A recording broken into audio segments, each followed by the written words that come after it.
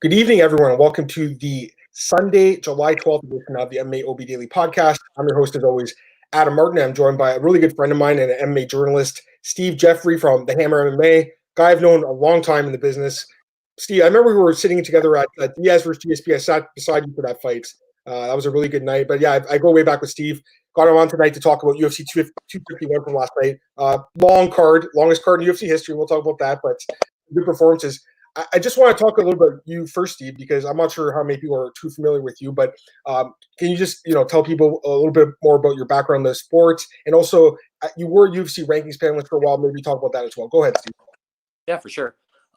We go back, actually, Adam, you and I, we go back a lot further than the GSP versus Diaz fight. We were covering Ontario MMA events when they started, like the very beginning, man.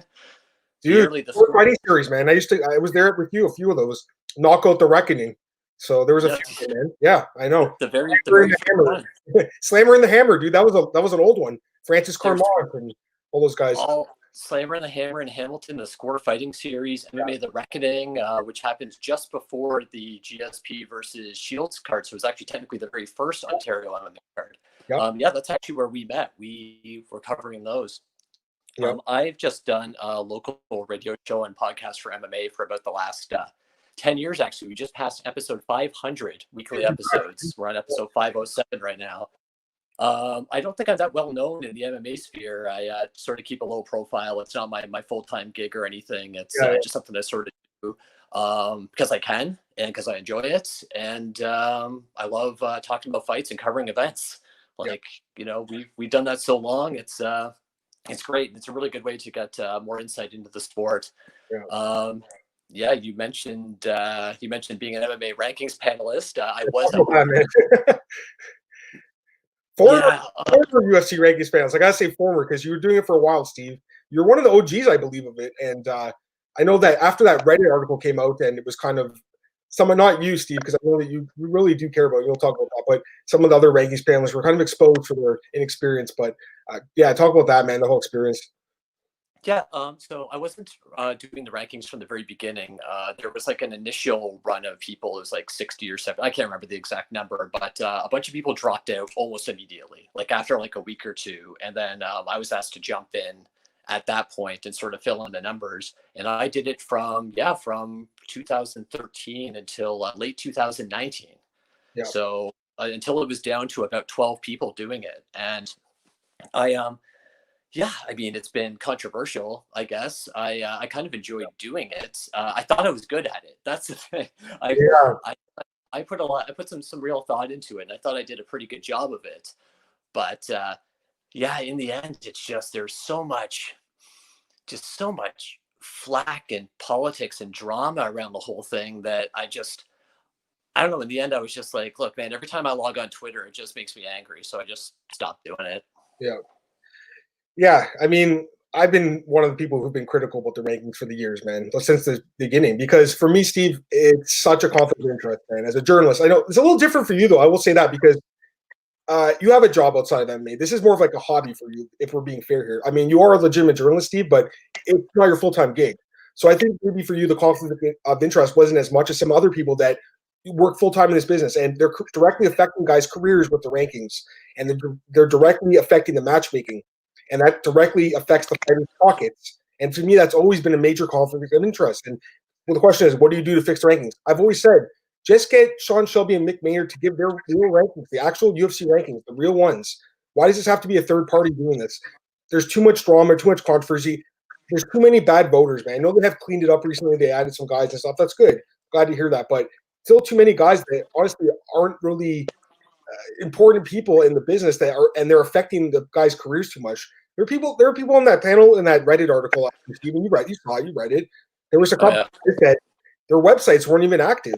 You couldn't find any information about these guys except for like a weird little like bizarre LinkedIn profile. That was it. You couldn't even find like a website or a Twitter. So I can see there's so much controversy. Go ahead, man. Talk. Oh yeah. There were people there that definitely weren't still in the MMA space. People who definitely didn't seem to follow it very closely. There was that one infamous one where like William Macario was someone's number 9 ranked welterweight for like a year or something. It's like, when was that correct? You know?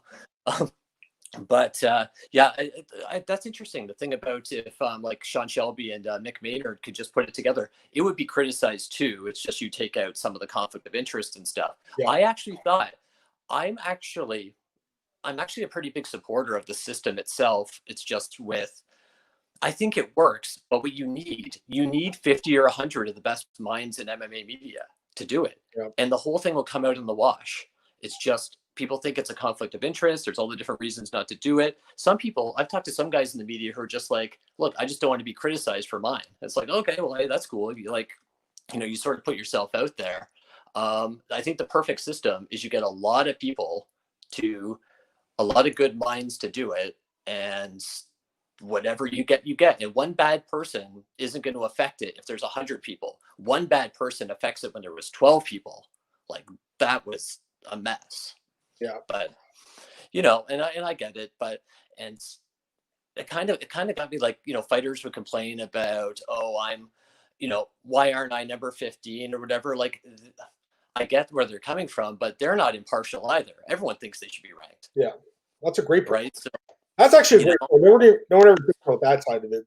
That's a great point. You guys like was complaining and like deservedly complaining, in my opinion. But there's other guys that aren't ranked at featherweight that think they should be number 15, not him. So. And I'm not saying that he shouldn't be, or if I wouldn't have, if I was still doing it. But yeah, well, what kind of got me, and there's many things that sort of got me from it, is a fighter would tweet that, oh, hey, how come I went down in the rankings? And everyone was like, yeah, why? Without stopping to think, maybe it's correct, right? Yeah. Like it's really easy to side with fighters, and obviously they're the ones in the cage and they're the ones that are doing it. But I don't know. In the end, it was just like a no-win proposition to do it, no matter how hard I tried to do it and how well I thought that I did it. Yeah. In the end, there was just it's not worth it. Like so. Right. Yeah, I mean, you're not getting paid to do it, and it's obviously something that's time consuming. Also, it sounds like it was kind of stressful. I know that you actually have a newborn daughter. A newborn son, actually. Oh, sorry, Steve. Yeah, sorry. Okay. My bad. I haven't seen the kid yet, but hopefully one day. Okay. But yeah, that's obviously keeping you busy, right? So that's another. I'm sure that's another reason why you're like, what, maybe this isn't really for me. But was it just really comes? No, it doesn't even affect you, eh? What did it come down to then? Why'd you quit, man? What was the reason? Okay, so I'm not gonna get too deep into it. I'm an analyst outside of MMA, and I guess I'm an analyst inside MMA. I never liked using the word journalist because, I mean, other than like the odd accidental story that I've broken over the last 10 years, like I'm not a journalist. Sure. I'm not. I cover fights. I interview guys. I just love talking about fights. So journalist never really worked. But in the end, I thought that I put together like a pretty good. I can handle ranking the top 15 guys in each division without too much of an issue. I thought I did pretty well with it. But yeah, in the end, just people blowing up my email, blowing up my Twitter. Why is this? And not just fighters, but fans, other MMA media people. I just felt it was too much of a distraction. I'm spending too much of my time trying to explain why I did something. And then everyone's complaining. And then there's the conflict of interest stuff and all that. And it was just, it was this perfect storm combination where just one day where I was like, hey, like this is an interesting sort of experiment to do, but I don't need to do this. So totally fair, man. I'm glad that you actually got to talk about that with me. And there's been some more controversy lately. I don't know if you saw that thing about Kurt Jennis from the Underground. He sends emails, I guess, of rankings briefs. Oh, I got them since 2014. Oh yeah, totally. Yeah. No one knew that though. I don't think. Like I didn't know that. I cover the sport, Steve, every day. I didn't know that. Most journalists didn't know that. When this came out 2 weeks ago, it was a big story. I showed a few journalist people. Just I'm surprised maybe I never did. Like just over beers and stuff, it's come up. Like I've showed it to a couple of people and stuff. It's something where I never used. Like because and this is the thing. Like if I don't need you to tell me. I've been covering MMA for a long time. I don't need you to tell me how good Shane Burgos is. I already know. Yeah. right. With a win or with a loss. So yeah. I would get them and be like, all right, there's some people here who do not follow this closely enough, and that's not good. But maybe this will help them put some context towards this. To me, it was just always, and this is a point that I didn't really see come up too often when those briefs came out and it would say, oh, well, right now he's number 9. If he loses, drop him to number 13. Well, I had him at number 7, so none of this makes any sense anyway. Yeah. So I read the one about Emmett and Burgos. It's interesting, at least, but kind of controversial, man. And I don't know. I'm sure he'll still send them out. And Kirik's a guy who's been around the business like way longer than us, man. He's like a pioneer of the sport. He even fought. Oh, yeah. He's been around for 20 plus years. Yeah. And I will say this. I mean, like, obviously I had some issues with the system and stuff, but I never felt a conflict of interest or pressured by the UFC to do anything. The guys who send the emails, the guys from like that used to be the Fight Metric guys, and then I guess it was the Adept Mobile guys. Everything was totally on the up and up. It's rank whatever you want to rank, do whatever you want to do. Here's some context if you need it. It's a tough job aggregating all of that stuff. Like, there was nothing fishy going on, even though I can understand why people could think that could be a possibility. Right. It's not my problem anymore. Yeah. Right? No, it's not. And you're, like you said, you're doing other stuff now. But yeah, I just wanted to hear your side of that, man. So that's really interesting, Steve. I appreciate your insight into the rankings and why you did it and why you ultimately left the game. But let's talk about UFC 251, man, because this happened last night. I think on paper it was probably the best card of the year, if not one of the best cards maybe they've ever put together, especially like international card. There are a lot of really good fighters from outside the North Americas there, so great card on paper. Did it play out that way? I don't know. I think it was a good card. I don't think it was a great card. I think it was too long, obviously. It was the longest card in UFC history, over 8 hours. However, it was like 3 hours and 7 minutes of cage time, so there's 5 hours of commercials and stuff. And other stuff obviously going on, but too much of the UFC EA commercial. I don't know. What do you think, man? I think it was too long, honestly.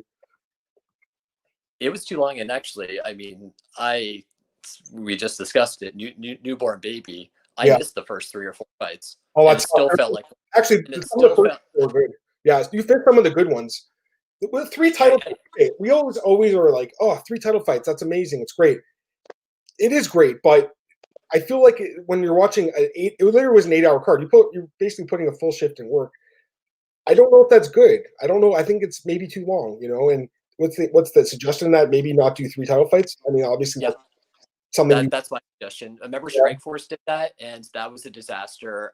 I'm watching this with my family. I'm watching the fights, and they're into it. One title fight's down, the bantamweight title fight, and they're like, all right, well, that's enough. This feels like the longest night of my life, and they checked out. Yeah, listen, don't get me wrong. I'm so happy that we had this yesterday. It was a good card. I would give it 7 out of 10. I don't think it was like an elite. I think the Poirier card from 2 weeks ago was a better card overall, honestly, even though the names weren't as big. But for me, it's probably a 7 out of 10. That's not bad. It's not a bad card. It didn't live up to the hype because let's be honest, Steve, the main event didn't live up to the hype. No. Am I surprised Usman had a wrestling-heavy game plan, clinch-heavy game plan? No, he fought smart. That's a smart game plan. He did the right thing. He took the fight on 1 week's notice, too. Completely different opponent than the guy who's supposed to fight in Goldberg, who is a very well-rounded guy. Masvidal, we all know that he's a striker, first and foremost. He does have a ground. I think he showed in this fight he has some wrestling, but Usman essentially dominated the fight with the wrestling. I don't have a problem with what Usman did. It's like GSP. It really is. Bread and butter. It's like Khabib. Very similar. Having said that, you can't ignore what people were saying on social media. Everyone's calling him a boring fighter now. I don't want to watch Usman in the main event. He's too boring. I don't necessarily agree with that. Having said that, there's a lot of casual fans that tune in for that fight. If you're a casual fan, you would not enjoy that fight, Steve. Not at all. And we heard the same thing from his predecessor, Tyron Woodley. These fights, like Woodley versus Damian Maia, people hated it. Woodley versus Stephen Thompson, at least one time, people hated it. The Khabib fights aren't always great. Sometimes greatness is not exciting. And that, that's going to be why a lot of people may not buy a Kamaru Usman fight that doesn't have Jorge Masvidal on it. But he did exactly what you said it. He did exactly what we thought he was going to do. He was going to do that whether he was fighting Masvidal on 6 days' notice or 6 months' notice. He was going to fight the exact same fight, and he's probably going to win that fight, in my opinion. But that's what you're going to get with him. And if where that will bite him is that he won't get paid for lots of money for pay-per-views because lots of people will buy his fights. That's the trade-off. And with the exception of GSP, that's how it happens with controlling, dominating wrestlers. And maybe Khabib. I guess Khabib's the draw now. Is that what we decided? Yeah, I agree. Yeah, I don't know. I think this card did really well for the UFC. I'm sure it sold at least 1 million buys because I had casual fans or friends of mine text me and say, "Hey, I'm going to order the pay-per-view," or "Hey, do you have a link for it?" And, that's fine as long as people are watching it. I think it's a good thing for the sport in general. If I heard Dave Meltzer mentioned that the Google metrics, and this doesn't mean anything, 2 million. The Google metrics for like the 700,000 buy card, like the equivalent of like your average John Jones card, which I think, me personally, Kamaru Usman versus Jorge Masvidal, this is the biggest buy rate either of those guys have ever drawn. Like, that's a success to me. Huge, in my opinion. But again, I don't think the fight lived up to the hype. And of course, Masvidal took the fight in 6 days' notice. I stupidly picked him, Steve. I really believed in him, man. I'm not going to lie. I still believe in him, but obviously. Oh, you did? Oh, yeah. How did I miss that? How did I miss you picking him? I don't know. What a terrible pick, huh? It didn't work out too well. It is what it is. I think I was drawn. I would have tried to talk you out of it. I wasn't like, it's all, dude. I wasn't like super confident by any means, but underdogs do win. Not on this card. Not many underdogs won on this one. Mostly favorites won. There was a few that probably should have won. We'll talk about those fights that had some really controversial decisions, but yeah, I mean, Usman did what he had to do, man. I keep doubting this. I don't know why. Like the last 2 fights, I did pick him against Woodley, but I didn't pick him against Colby. And in this fight, I see holes in his game in the feet. I think someone could finish him. Like a guy like, I don't know. Burns, I think, is an interesting matchup. We should talk about what's next for these guys. Burns is probably going to get the next fight. We'll see. It's not guaranteed. I mean, there's still a chance. Usman won't be. It's not like I think that's going to happen, but I think probably it's going to be Burns. But you have Leon Edwards right now. He's out there. He wants a title shot. I'm guessing it's going to be Burns, though. What do you think? It's got to be Burns. As long as Burns is healthy and he can take the fight, he earned this. To me, he earned this fight more than Masvidal earned this fight from a resume perspective. It would be an absolute shame if Gilbert Burns doesn't get his shot. Yeah, that's the thing. Like Masvidal's wins were really flashy and great, but the wins that Burns has had are like higher ranked guys. Like Maya was, I think, 5 probably, like between 5 and 10. And I got a bit of flack for it this week for saying that that Till, Diaz, and Askren wasn't really. If it was anyone else, we probably wouldn't be talking title shot. The Till win was really surprising, and that was a good win. Askren was undefeated, like basically undefeated, right? Wasn't he? Yeah, he was undefeated at that point. He had the no contest, but that was a nice win. Diaz, he was expected to win that fight. He got the job done. Kind of controversial too, but I don't know. I guess I was drawn to the flash. It is what it is, man. Like can't get every pick, but yeah, I mean, looking back, obviously I should have taken Usman like everyone else was. I just thought Masvidal would be a little bit more competitive. To me, it was clear that he wasn't in shape for the fight. There was a lot of talk out there from like his coaches and training partners saying that, hey, this guy's been training hard and he'll be in shape. He had like 1 round of gas, man. He essentially held on for the last 5 rounds. I think Usman could have finished it. Masvidal is just extremely tough.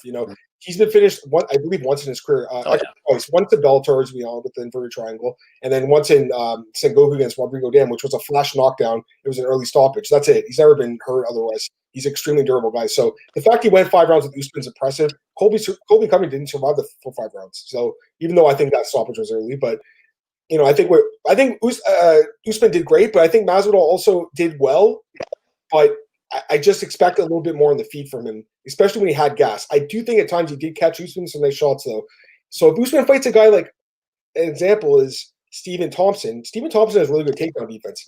If Stephen Thompson can keep the distance, keep the fight on the feet, he could be an interesting matchup for Usman. He wants a shot. I don't think he gets it. I think they probably end up giving it to Burns. Then you can do Leon Edwards for Stephen Thompson, or for sure. Or obviously you also have Colby Covington in there. But I think you do Covington versus Woodley, because I still think there's heat between those two guys. They're coming off losses. So we'll see how this division shakes out. I mean, it's still a great division. Masvidal probably takes a little bit of time off right now after this fight, if I had to guess. He got paid well. I'm glad he got paid, but that's a trade-off, Steve. He took a huge payday for this fight, but he took the fight on 6 days' notice, and he knew going in that, hey, I probably won't have the full thing. I just think. Go ahead. Well, what's that old like pro wrestling saying? It's like the only thing real is the money in the miles or whatever. And if you're not going to get paid, like you can't turn down a chance to get paid. Yeah, Masvidal, this was it. If he got a piece of that pay-per-view by the sounds of it, it sounds like it did pretty well. That's all that matters for him. At the end of the day, like people criticizing his performance or whatever happens there, he needed a big payday. He's been doing this a long time. I've been watching him lose split decisions he should have won for a decade. Yeah. Like, I know. He needed to do this or whatever. Well, what I was wondering though, and I threw this out there on Twitter, and I'm not on Twitter often, but I threw this out on Twitter yesterday, is so he's the BMF champion. What a great gimmick. The mind explodes with possibilities and stuff, but yeah, now we just lost. and now he's got to drag out this BMF belt out of mothballs and try and sell himself as the baddest guy around and sell these fights. Like, it almost feels like this lame duck belt now. It's almost, am I wrong to think it's almost embarrassing for, like, it'd be better for him to just not bring that thing out anymore. Yeah. Am I wrong? Am I thinking too much or not enough about it? No, I don't know what's next for him, honestly. Like, he's 35. He just had the biggest payday of his career. He could retire right now, probably, if he wanted to. It's up to him. I think he'll still keep fighting. I'm not saying he should retire by any means. Just saying he could. He's taking the Diaz track where it's pop out every once in a while and make some money. See, I think the Diaz fight is still a fight they could do again. They can run that fight back. The stoppage was very controversial. I thought it was early. I don't think that doctor should have stopped that fight personally. I'm not saying the result would change by any means, but that's a fight you can run back. I still feel like the Conor McGregor fight is potentially there at some point too. Totally. I think if he won this fight, I think he should have called out Conor for sure. Because I think had Masvidal won this fight, he would have been set up for like the biggest fight ever in MMA against. Just say he did knock out Usman, he would have been set up, but he lost. So now it's like, what do you do with him? He's still the BMF, I guess, but the BMF just lost. Is he really a BMF? I don't know. So maybe you just do a rematch for that belt with Diaz and then retire the belt for good. That's I love it. That's my thing, and that's going to be a ceiling. And Diaz will help him draw again too, because people, it's weird. No matter how many times Diaz gets like embarrassed isn't the right word, but however many times Diaz just gets beaten or doesn't quite get it done or whatever, people don't care. People still want to see Diaz fight. If Masvidal wants to stick around, he needs that exact same career. Yeah, no, I agree. Anyways, let's get to the next fight because we have a lot of fights to talk about still, Steve. All right. Volkanovski, Holloway 2. Interesting fight. I thought it was more entertaining than the first fight. I don't think it was a great fight. These guys stylistically don't really match up for like a really super entertaining fight. It's more of a chess match, in my opinion. Not saying it was a bad fight. It was an okay fight. Better than the first one. I was actually at the first one, Steve. That card was also 3 title fights. It was a long one too. That fight, I think, was way more in favor of Volkanovski. He won the split decision here, but I didn't agree with the decision, man. I thought Max Holloway won this fight. I believe he won the first 3 rounds of the fight. It was a close fight. I think that Max won the fight. What do you think? I went the other way. I mean, not strongly, but okay. I gave Volkanovski 3, 4, and 5. I mean, 3 was like by a hair, And I'm not going to disagree with anyone who gave Holloway the 3rd. I think it's very tough to see that when, like, to not give it to Max Holloway when he won the first 2 rounds so well, so clearly that you're almost like it's hard to reconcile even giving the 3rd round, a close 3rd round to Volkanovski, but I just did. Yeah, in my opinion, it did come down to the 3rd round, but I don't know. I thought Max edged it out. I think it was close. Mm-hmm. What about a draw 3rd round? Like, what? How is that not the thing? 10 rounds are like unicorns. We both know that. I think that they can be used sometimes, but I also think that if you're a judge, your job is to judge around 10-9 either way. So I'm not a huge fan of 10-10s personally. Mm-hmm. Once in a while, sure. I've given them myself like very rarely. There's been a few times. That was more like when I first started watching MMA. But now that I've been watching for so long, it's like I think I could pick a winner, if I have to. Obviously, it was a close fight, though. I'm not surprised Volkanovski won at all. He is I picked him to win this fight. I thought he would win the fight because he won the first fight in such a dominant fight. This was much more competitive, as we all know. I think you'd agree with that. Like, way more competitive. Oh, yeah.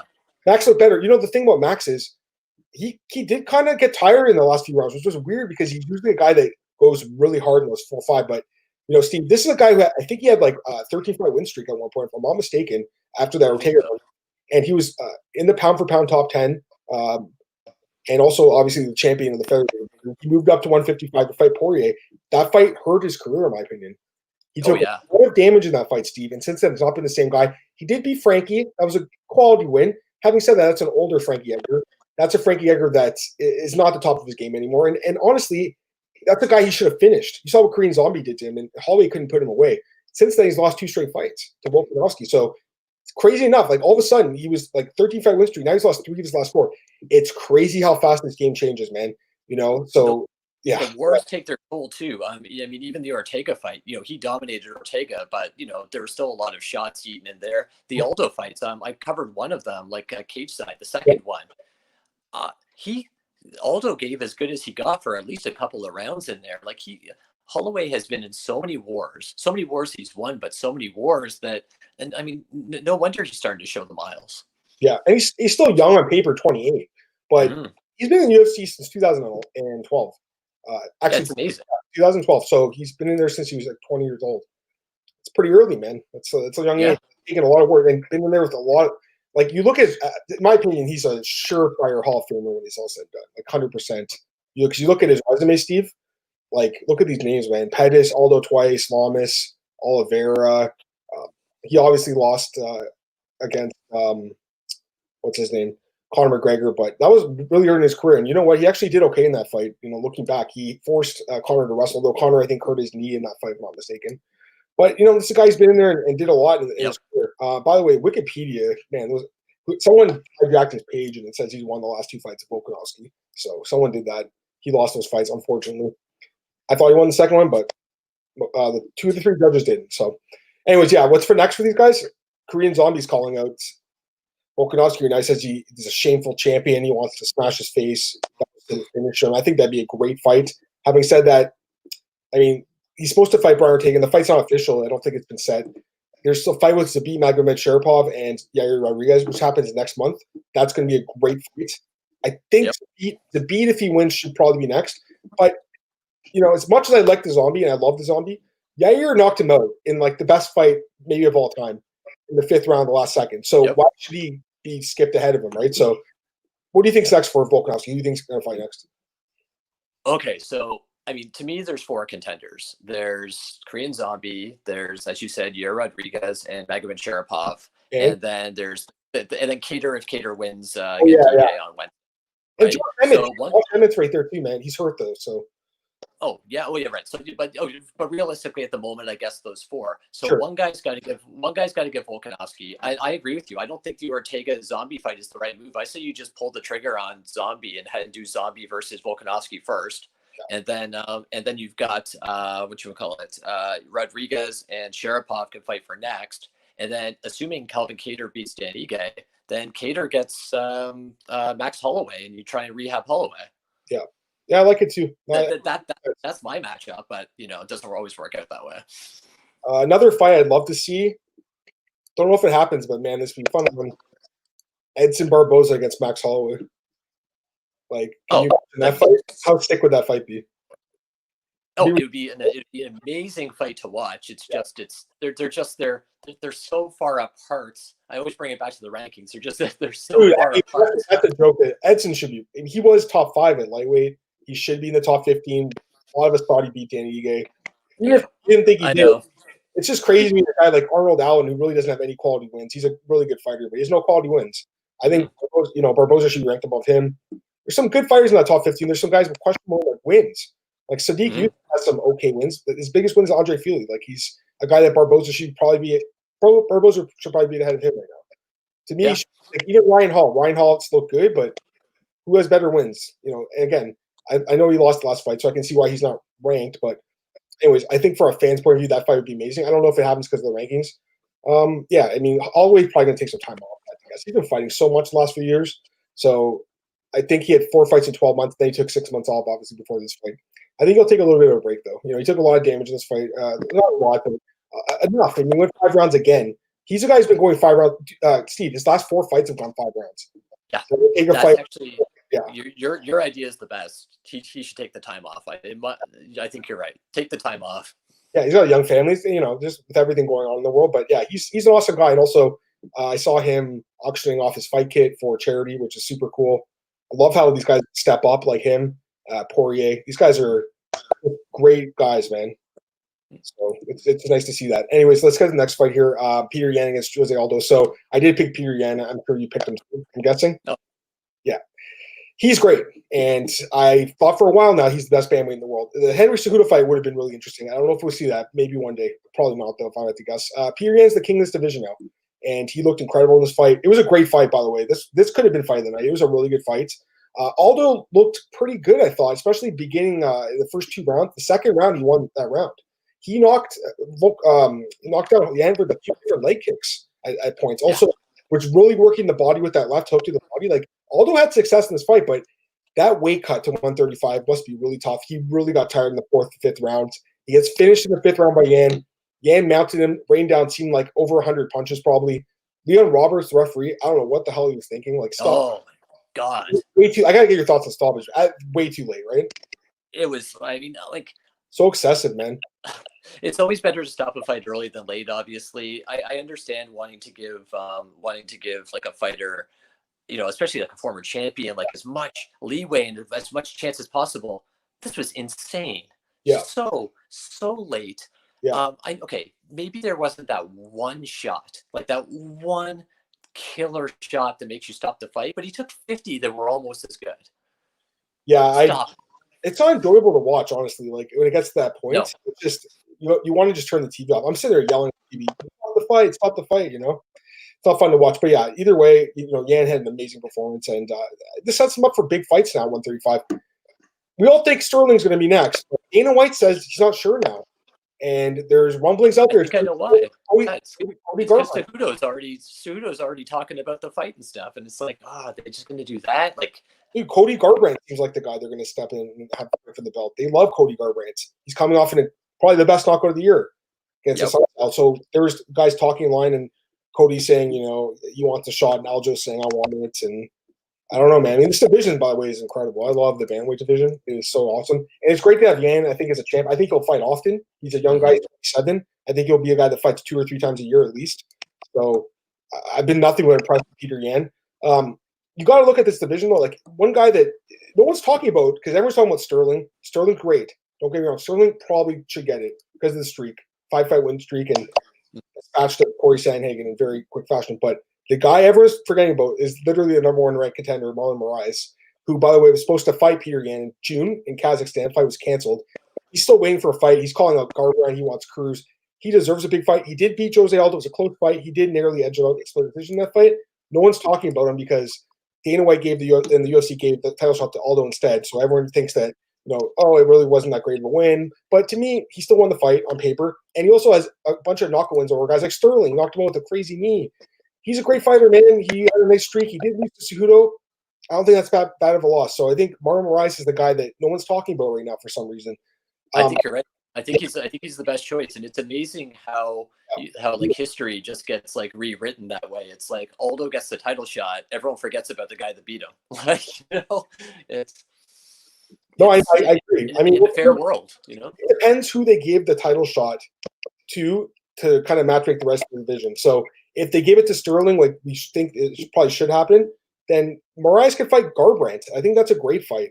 I think the winner, that would be a very well-deserving number 1 contender. By the way, Garbrandt, I do like Garbrandt. He's a little overrated, man. He did get knocked out by Pedro Munoz last year.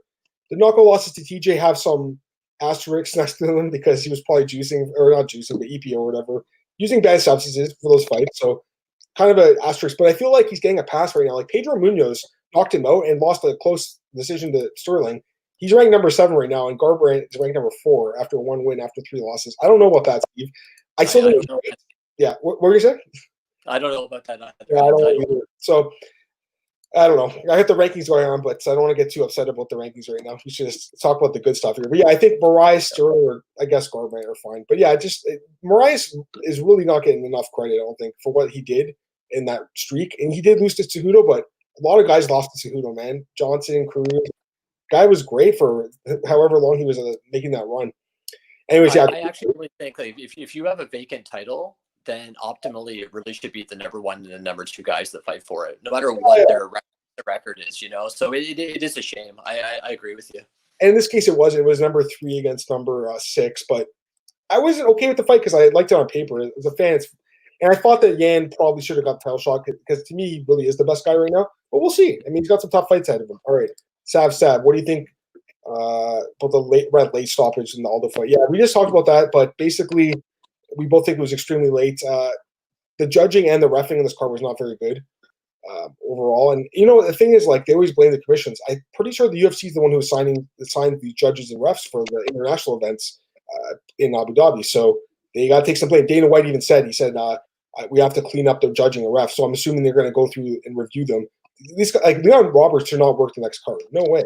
To me, like after that fight, are you kidding me? You have to rep. Like, okay, MMA reffing is a really tough job. It's really tough. Like, it's split-second decisions that affect guys' careers and their livelihoods.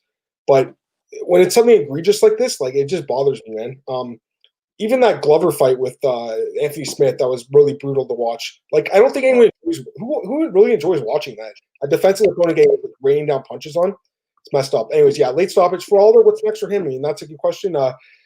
He could go back to 145. He can go to 155 if he wanted. He can stay 135. I think he's still a competitive fighter. He could retire. I doubt he will. He's a fighter for. He's going to be a guy like Shogun. He's going to be fighting until he's 40 years old, and he's going to be fighting up-and-comers and stuff. He'll still win the occasional fight. I think he still beats a lot of guys in the top 10. So, you look at the rankings. Aldo right now is number 6. If he wants to stay in this division, there's a lot of fights he could take. Really, he could fight a Sun Sao, Sanhagen. He could fight Moraes again. There's a lot of fights he could have, man. So it's up to him. But I think that weight cut. So the weight cut's too rough, right? Probably, but I mean, and you can't do this, like, it doesn't really work this way. But he sort of faded in the Holloway fights too. He started strong. Maybe he's just not a guy maybe he's just better suited for 3-round fights from now on. It's possible, like the fight with Stevens where he finished him. That was really impressive. McCanio too. So maybe you're right. Maybe he's more of a guy who can finish people in 3-round fights. I'm just looking at the rankings, like Dominic Cruz. That'd be a fun fight. Legends, Cruz or something. Oh, that's great. Right? Yeah, I know. I'm looking at the rankings. Like, in Cruz is number 12. He's a guy that had a long layoff, came back, he got knocked out. But I think he would take that fight. I think it'd be a big fight for hardcore fans. Oh, it's a WBC dream fight. Oh, dude, you're right. Yeah. No, that's going to happen. That's the fight. Jose Aldo against Dominic Cruz. That's the fight.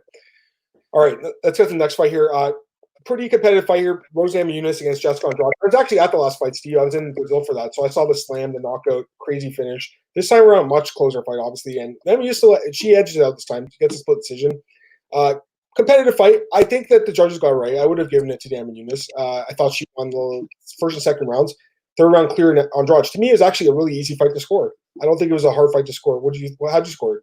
I we just recorded our radio show, and I said that this is the easiest fight on earth to score. First 2 rounds for Rose and last round for Andrade. And if you scored it differently, you shouldn't be doing this. Someone did. A professional judge scored that first round for Andrade. I don't see how. Having said that, watching it, I was like, this fight's close enough where, like, who knows, right? It wasn't like a blowout by any means, but I think it was pretty clear in Rose's favor. I had scored for her. Definitely, I think this sets up a big fight against Weili Zhang next for Rose Namajunas. She gets that title shot, but I don't see that fight going well for Rose at all, man. I think Weili Zhang probably finishes Rose based on what we saw in this fight, Steve. She took a lot of damage in that third round. I think Weili Zhang probably finishes maybe in the first round. What do you think? It's exactly the same. Said the exact same thing. Yeah. She deserves it. She deserves the shots. Rose is great. I'd love to see it. I wouldn't favor her, but would love to see it. What I do want to see is Jessica Andrade pop up and fight Valentina Shevchenko. It is the only fight I care about for Valentina right now. Yeah, that'd be a fun fight, man. I was thinking about that fight the other day. Actually, I was playing in the UFC game and I did the matchup, the dream matchup. It's fun. I mean, it is a good fight. I think Zhang could use a few more title defenses, though. I think she can still build her name up. But yeah, I think she goes on there, beats Rose. There's also Tatiana Suarez. No one talks about her because of her long layoff, but she's a very good fighter. I think she'll probably take a fight though when she comes back. I don't think it'd be smart to go in a title fight for Tatiana. By the way, there's some rumors now that Joanna Jędrzejczyk's going to retire. I don't know if she has already or she's thinking about it, but there's she posted some like hashtags that said like 33 retired or something. So hey, man, if she retires after that fight with Zhang, what a way to go out! One of the best fights of all time. Go ahead. If she retires, would she be the first high-level UFC fighter to retire young? No, I mean, GSP, the first time he retired was pretty young, wasn't he? Like 30. I guess other than GSP, right? But even GSP came back. I said when he lost to Hendricks, even though he actually won that fight. I didn't think so. I'll tell you that. But yeah, I mean, Rose, I think that's what's actually good. For Andrade's 2 straight losses, but clearly still one of the best in the world in this division.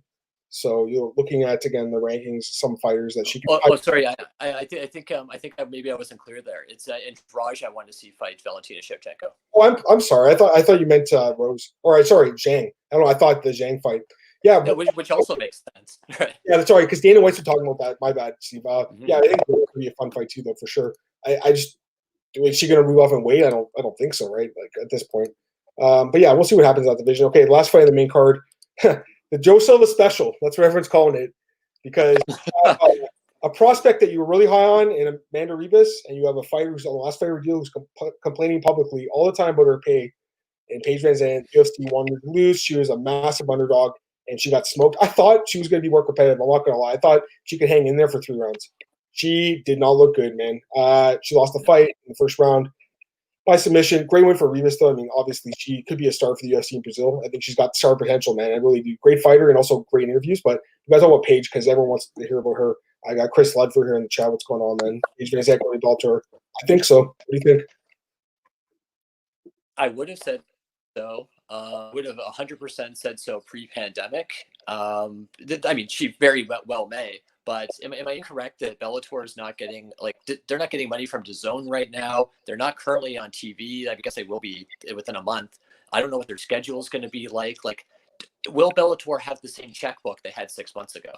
That's a great question. They were really spending money lavishly, signing guys like Rory McDonald and Rampage, Fader, big name fighters, older guys, but kind of names in the sport. And I guess that was their plan, just to put on old school big name fighters on free TV.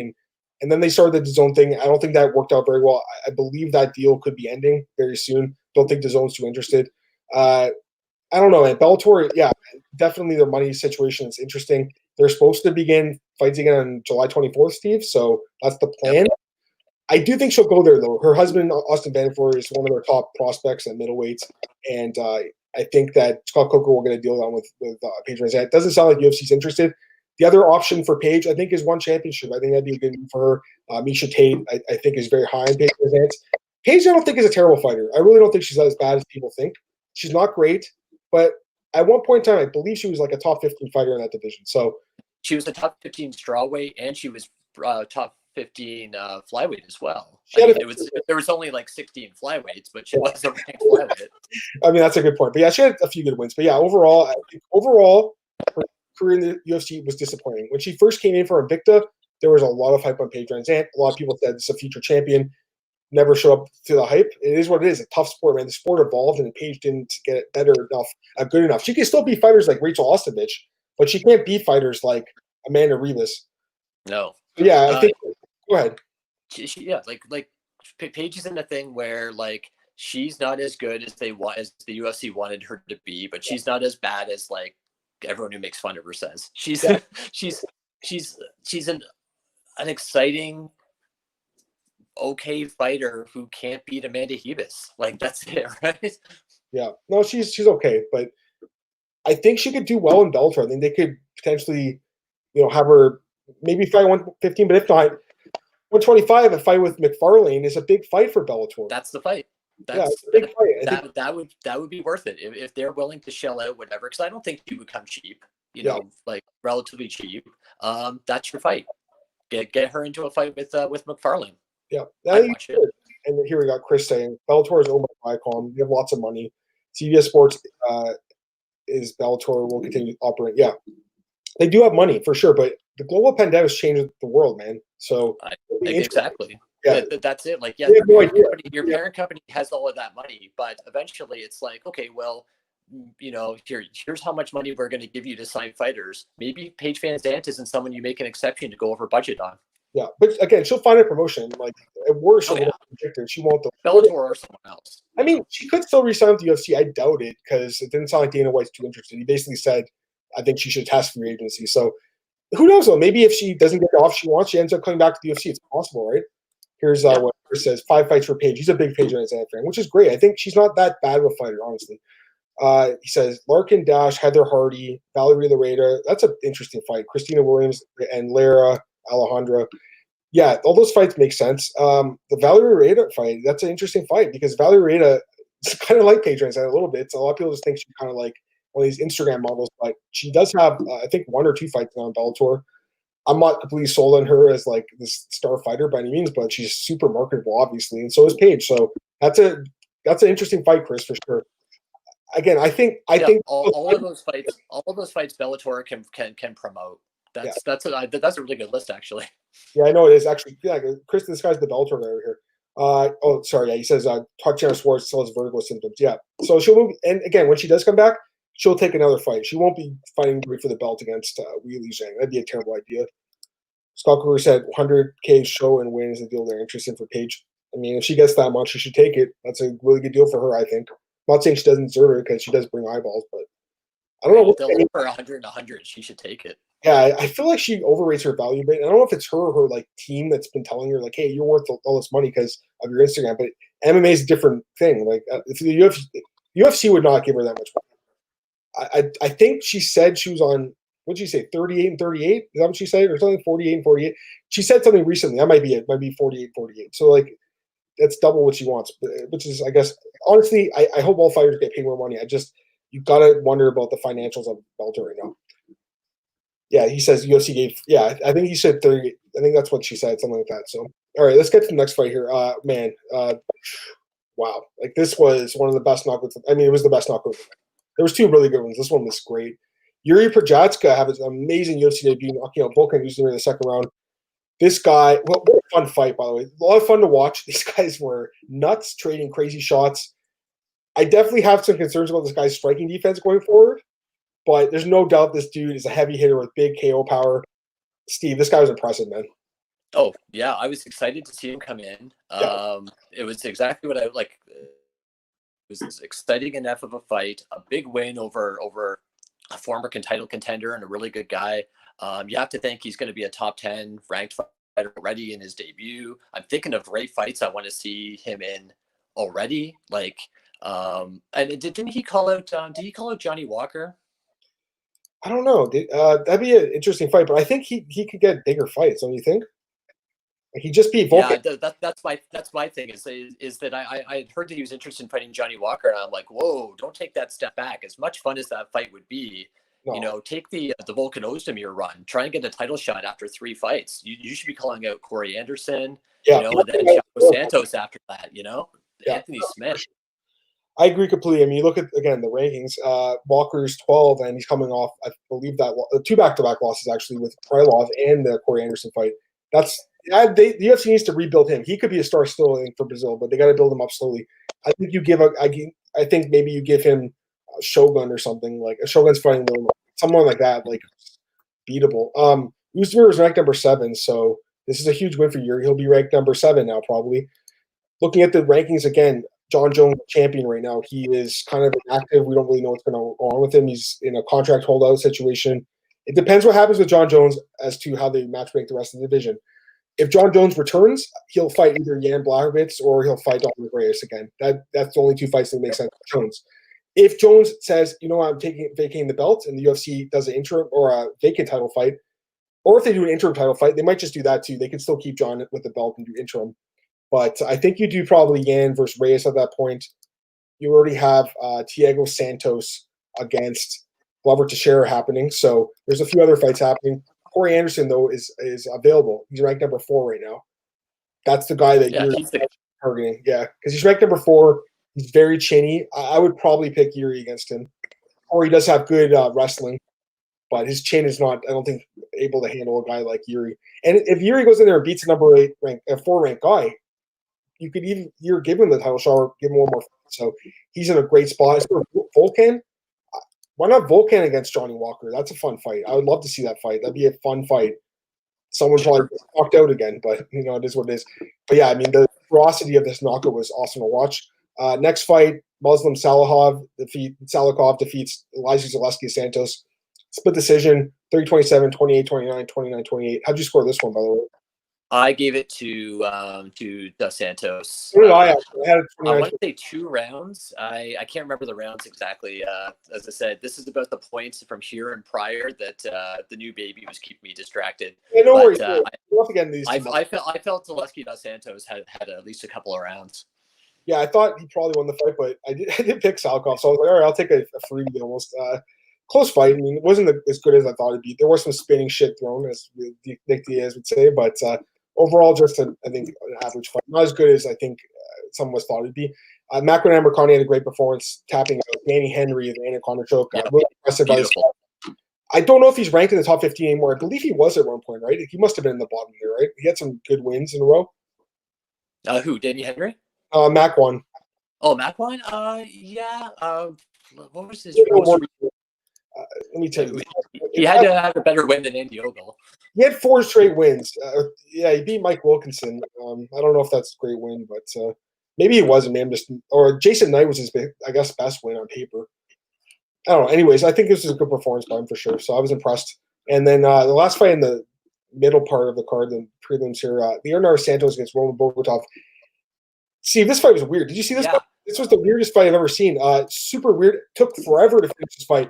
This fight must have been like half an hour long. A 3-round fight that lasted half an hour.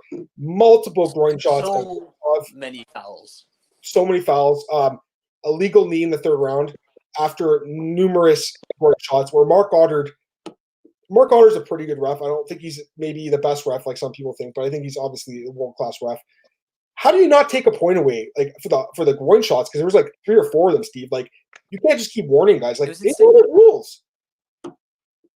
I was at a Leonardo Santos fight in Natal, Brazil, Yeah. and there was a point deduction for a shorts grab. Think about that. Which fight was Just a that? shorts grab. Which fight was that? That was the Norman Park fight. Oh, the draw. Yeah. You were at that. Yeah. That was a great card. It's like okay, look. So like if there's points being deducted for a shorts grab, multiple kicks to the groin and all this, like, oh, it was terrible, just terrible. It was an awful fight to watch, honestly, as a fan. It was terrible to watch. Bogotov made it interesting in the 3rd round. Once he did, yeah. Once he kicked Santos in the balls a bunch of times and then beat him in the head. Santos is a tough guy, man. Come on. Like, a lot of people would have quit after those groin shots. He took one of them. He took the full 5 minutes, which I think more guys should probably do because, you know, might well recover. But that illegal knee was brutal. He got 2 points. Just awful. 2 points, a rare 2 points. It doesn't happen that often, but I think in this case, 100% justified. Yeah, Bogota, you know, this is a guy that potentially you could cut after this fight. I think maybe this is not the kind of guy you want in the UFC. I don't know if he's that great, man. Like, they've cut guys like this that made really bad fouls and errors in fights, and it wasn't a fun fight to watch. Maybe get one more fight. This again, there's no way he gets another chance. But Santos is the guy that really people should talk about here because at 40 years old, Steven, this is why I didn't think he was going to win this fight. And it was a close fight up until that foul. But you know what? This guy is 7-0-1 now in the UFC. He's undefeated. He hasn't lost in 11 years. He should be fighting a top 15 guy. He's a knockout winner for Kevin Lee. No one talks about this guy, man. No, and as I said, I mean, he was a little more on my radar just because I happened to cover one of his early fights, and I'm always like, what about this guy? What about this guy? And he shows up once every year or two, and like, think about a guy with that resume. Yeah, Kevin Lee, a win over Kevin Lee, all these other guys, and he's fighting on the prelims against debuting fighters. But what can you do if you're not around to build on this momentum? How can you give him anyone more important than that? Fights like once a year, man. Fights like once every 2 years, you know? So it'd be nice to see him stay busy this year. I'm sure he'll have to take some time off after those groin shots, but hopefully in the cage at some point. I mean, a top 15 guy, you look at the lightweight division. I can't remember who Beneil Darius is fighting. Oh, he's fighting Scott Holtzman. I think that maybe the winner of that fight could do or something. Drew Dober, someone like that in that class of the bottom 15. But really, you know, Kevin Lee's ranked number 9. This is the guy that knocked him out. No one even talks about that knockout anymore, you know, because he lost all momentum. He lost so much momentum. But definitely, Steve, with a 7-0-1 record, time to give this guy a ranked opponent. He deserves it, man. He really does. 40 years old, too. Well, he's running out of time. He's, 40 years old? He's got to make a run now, man. All right, let's get some questions from Chris. Should Masvidal fight Colby next or Edwards? Both those fights. We didn't even mention those fights. They're both fine. Again, I think he's going to take some time off, but if he wants to get back in there quick, Covington makes a lot of sense. Like, don't you think? Steve. Sorry, what's that? Covington versus Masvidal. Yeah, I mean, that's a great fight too. I don't know if you could do it for the BMF title, but I'm all for retiring it anyways. So yeah, Covington versus Masvidal sounds great to me. Yeah. All right, let's get to the last couple prelims here. Last 4 fights. Marcin Tybura, we'll get to them quick. Marcin Tybura defeats Max Grishin. Really boring fight. Just basically held him down. He had a huge weight advantage. Grishin didn't look in this fight at all. Raleigh Paiva wins a unanimous decision. I don't agree with that decision. You don't agree either, or no? I don't know. To be honest, I wasn't watching it closely enough to really have a take on it. But just it was a weird fight. Yeah, it was a really weird fight. Again, a lot of nut shots, man. That poor guy. Yep. Here's the thing about that fight. The judges scored the first round for Paiva, second round for Zumagulov. Third round, I thought Zumagulov won. Almost everyone thought he won. Like, you look at MMA decisions, like most media members thought that he won. Third round was interesting. There was numerous groin shots. Somehow they all gave it to Paiva. Like, he basically was hurting the guy in the groin. At worst, it's been a draw because definitely a point should have been taken away, but it's almost like he cheated and won this fight. It's incredible, man, that the judges screwed over Zumagulov. I would consider this a near robbery, personally. I think this was a terrible decision, personally. Next fight, Carol Rose against Vanessa Mello, basically just held her down for 3 rounds. Yep. And also, she showed some good stuff on the feet, too. She's actually a pretty impressive prospect. I'm curious to see what's next for Carol Rosa. And the last fight here on the card, Steve, this was actually a really good fight. Davey Grant against Martin Day. We saw this on the show. Davey Grant did it with a broken jaw. I think he broke his jaw in the first round. He got dropped hard in the first round by Dave, but mostly controlled the fight. I thought Davey Grant looked really good in this fight. I did pick him in this fight. He was an underdog. I don't know why he was an underdog. He's so much experience now in the UFC. Great win for him, man. That third round knockout wins a bonus. Life-changing bonus for this guy, man. Because he's not a low-ranking guy. He needed this money, dude. He was actually one of the rare guys where he's like, Dana, please give me the $50K, and they actually gave it to him. But I think breaking your jaw and coming back to win, come on. The guy deserved it, right? Oh, I'm sure he can use it. So that's great. Yeah, absolutely. Just a few more questions. See, we'll get out of here. Chris says, need an answer. I'm going to fight in 20 or 21. She's ranked. She's ranked high because she Claudia. And man, she is pregnant right now. She probably should be taking all the rankings. I don't even know if she'll fight. They should probably take her out because I don't think. I mean, I'm not. I'm not personally close with Nina Askarov, but I imagine she won't be fighting for a while. It just shows how some of these divisions, though, like a win over Claudia Gadelha, like, keeps her ranked really highly, but there's just, I don't know, she's not going to fight, just take her out. Yeah, I agree. There's a few other ones here that he says, sure. For Volk, we were talking about that. We think Zombie or Zabit or you're, I guess, any of those guys. And I think that's good, Steve. I think we'll get out of here, man. Dude, appreciate it, man. That was fun. Get Buddy on here, talk about really interesting card. Again, I don't think he lived up to the hype, but it wasn't a bad card. It was an okay card. But I'm looking for. Go ahead. Do we feel like a Fight Island thing, like this gimmick has legs for the next rest of the month?